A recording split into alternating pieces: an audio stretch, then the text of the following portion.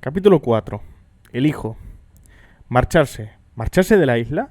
La gente no se marchaba de la isla. Trenza sabía que, en términos lógicos, aquello no era cierto al pie de la letra. Los altos cargos del reino podrían salir. El duque navegaba de vez en cuando para informar al rey. Además, todas aquellas medallas las había ganado matando a la gente de algún lugar lejano que era un poco distinta. Al parecer había sido todo un héroe en esas guerras.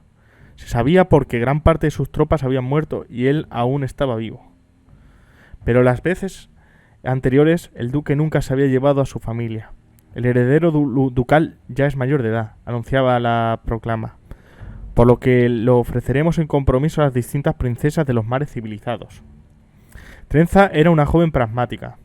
Ese es el motivo de que solo pensara en hacer trizas la cesta de la compra por la frustración. Pues sí que estaba enamorada de él, sí.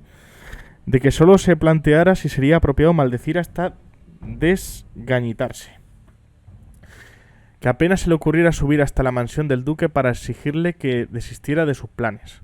Así que en lugar de eso, siguió haciendo la compra en una neblina embotada, para que los actos repentinos confiriesen a su vida, que de pronto se desmoronaba, una semblanza de normalidad. Encontró unos ajos que estaba segura de poder aprovechar, unas patatas que no se habían puesto demasiado pochas y hasta un poco de grano con los gorgojos lo bastante crecidos para poder apartarlos. Cualquier otro día estaría satisfecha con ese botín. Esa mañana no podía pensar en otra cosa que no fuera Charlie. Le parecía increíblemente injusto. Apenas acababa de admitir para sus adentros lo que sentía por él, y ya estaba poniéndose todo patas arriba. Sí, le había advertido que podía esperar esa clase de dolor. El amor implica sufrimiento. Pero si esa era la sal de la infusión, ¿acaso no debería llevar también una cucharadita de miel? ¿Acaso no debería haber, aunque fuese un atrevimiento desearlo, un poco de pasión? Trenza iba a ganarse todos los inconvenientes de los amoríos sin ninguna de sus ventajas. Por desgracia, su sentido pragmático comenzó a imponerse. Mientras los dos habían sido capaces de fingir, el mundo real no había podido acabar con ellos. Pero los días de fingimiento habían terminado. ¿Qué había creído Trenza que iba a pasar?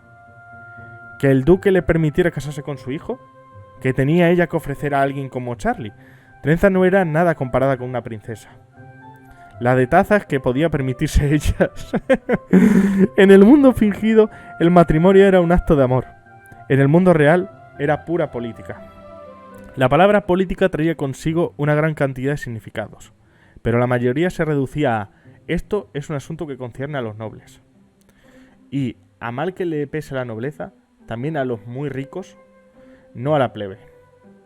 Trenza terminó de comprar y empezó a subir por el camino hacia la casa donde al menos podía compadecerse con sus padres. Pero por desgracia, parecía que el duque llevaba prisa porque Trenza vio una procesión que descendía serpenteando hacia el puerto. Dio media vuelta, regresó por otra calle y llegó poco después que el desfile, cuando ya se disponían a cargar el equipaje de la familia en la bodega de un barco mercante. Nadie tenía permitido salir de la isla, a menos que, en vez de nadie, uno fuese alguien. Trenza temió no tener ocasión de hablar con Charlie. Entonces temió tenerla, pero que él no quisiera. Para su alivio, lo vio al borde de la muchedumbre, buscando entre las caras de la gente que se congregaba. En el instante en que distinguió a Trenza, corrió hacia ella. ¡Trenza! ¡Oh! Por las lunas. Ya estaba preocupándome por si no te encontraba a tiempo. ¿Qué iba a decirle? Afanosa doncella, proclamó él con una reverencia. Debo despedirme de vos. Charlie, dijo ella en voz baja, no intentes ser quien no eres. Te conozco. Él hizo una mueca. Llevaba capa de viaje y hasta sombrero. El duque consideraba que los sombreros eran indignos excepto para viajar. Trenza, dijo él con más suavidad, me temo que te he mentido. Verás, no soy el jardinero, soy el hijo del duque. Vaya, no nos lo veíamos venir. Asombroso. ¿Quién habría pensado que Charlie el jardinero y Charles el heredero del duque eran la misma persona? Habida cuenta de que tienen la misma edad, el mismo aspecto y la misma ropa. ¿Te has enfadado? El enfado está haciendo cola, respondió Trenza. Va el séptimo, entre la confusión y la fatiga.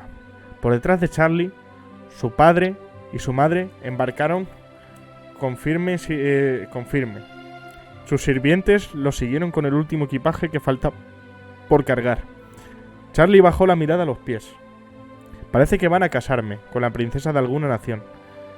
¿Qué opinas de eso? ¿Qué debería decir? Te deseo lo mejor. ¿Te deseo lo mejor? Charlie alzó los ojos hacia ella. Siempre trenza, ¿recuerdas? Le costó mucho, pero rebuscando un poco, Trenza encontró las palabras escondidas en un rincón, intentando evitarla. Ojalá no lo hicieras, dijo aferrando esas palabras. ¿Casarte? ¿Con otra persona? Sí, Charlie parpadeó. ¿De verdad? O sea, seguro que son simpáticas, las princesas. O están de unos celos. Creo que se lo exige su trabajo, dijo Charlie. En fin, ¿no has oído las cosas que hacen en los cuentos? ¿Resucitar anfibios? ¿Fijarse en que los hijos de la gente han mojado la cama? Supongo que hay que ser bastante amable para prestar esos servicios. Sí, repuso Trenza. Aún así, respiró hondo. Aún así preferiría que no te casaras con ninguna.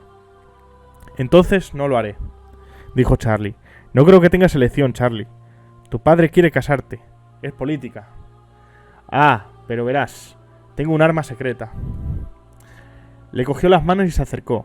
Por detrás, su padre fue a la proa del barco y miró hacia abajo, ceñudo. Charlie, en cambio, puso media sonrisa. Su sonrisa de «mira lo astuto que soy». La usaba cuando no estaba siendo demasiado astuto. ¿Qué? ¿Qué clase de arma secreta, Charlie?, preguntó Trenza. Puedo ser increíblemente aburrido. Eso no es un arma. Tal vez no en una guerra, Trenza, dijo él. Pero en el cortejo es mejor arma que el estoque más afilado. Ya sabes que hablo por los codos, largo y tendido. Me gusta que hables por los codos, Charlie, y la verdad es que no me molesta el largo, a veces hasta me divierte el tendido. Tú eres un caso especial, replicó Charlie. Bueno, igual suena un poco tonto, pero eres un par de guantes, Trenza. Eres como un par de guantes, Trenza. ¿Ah, sí?, dijo ella con un nudo en la garganta. Sí. Espera, no te ofendas. Lo digo porque cuando estoy haciendo esgrima llevo unos guantes que... Lo he entendido, susurró ella. Desde el barco, el padre de Charlie le gritó que se diera prisa. Trenza cayó en la cuenta de que, al igual que Charlie, que tenía distintos tipos de sonrisas, su padre tenía distintos tipos de ceño. No le hizo mucha gracia lo que insinuaba sobre ella el que estaba viendo justo entonces.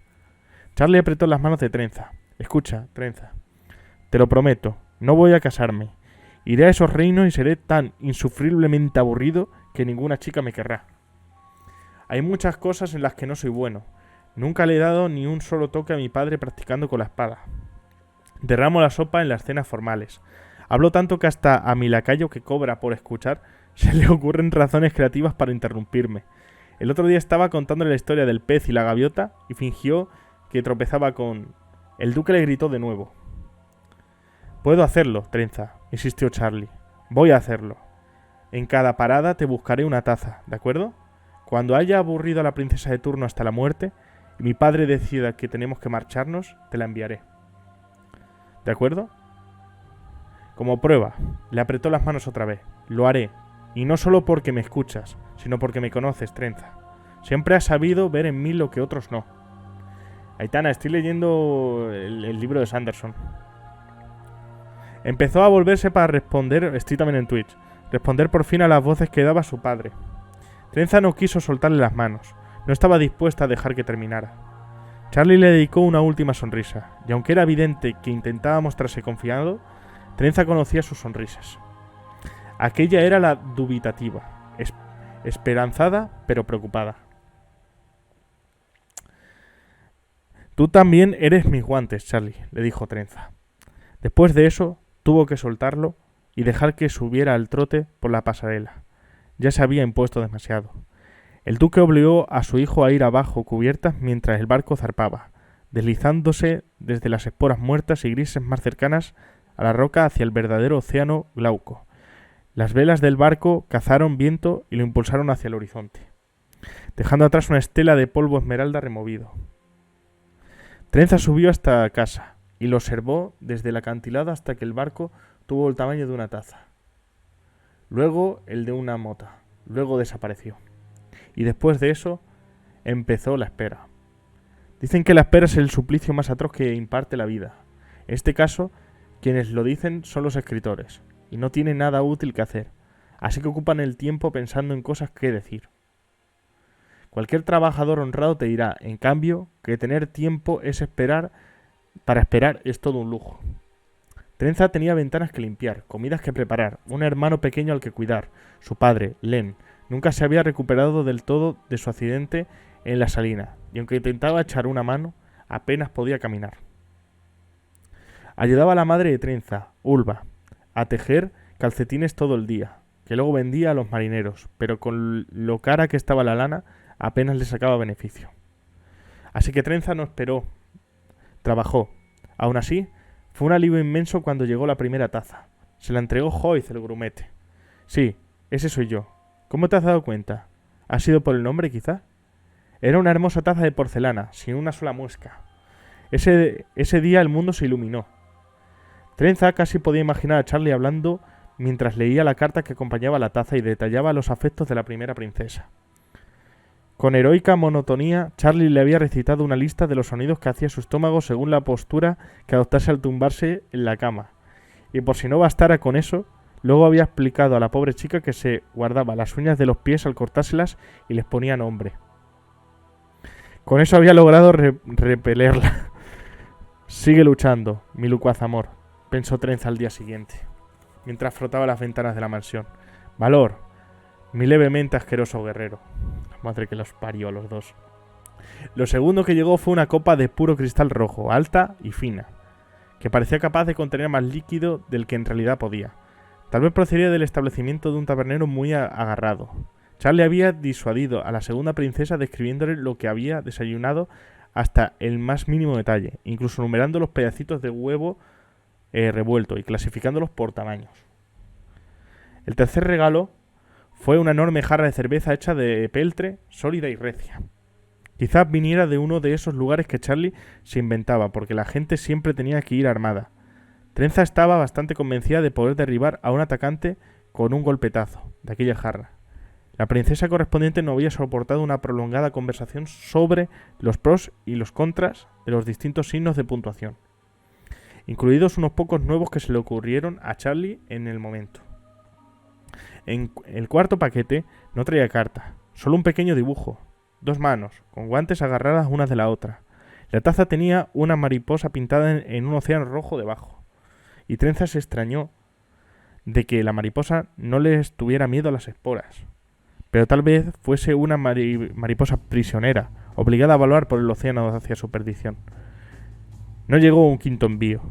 Trenza intentó restarle importancia, diciendo que lo habría interceptado algo por el camino. Al fin y al cabo, a un barco que surcaba las esporas podían pasarle muchas cosas peligrosas, piratas o esporas. Pero los meses fueron pasando, cada uno más tedioso que el anterior. Siempre que un barco echaba amarras en el puerto, Trenza estaba allí preguntando si tenía correo, y nada. Siguió así durante unos meses más, hasta que hubo transcurrido un año entero desde la partida de Charlie. Y entonces, por fin, una nota. No estaba escrita por Charlie, sino por su padre, y iba dirigida al pueblo entero. El duque regresaba a Punta de Diggen tras su larga travesía.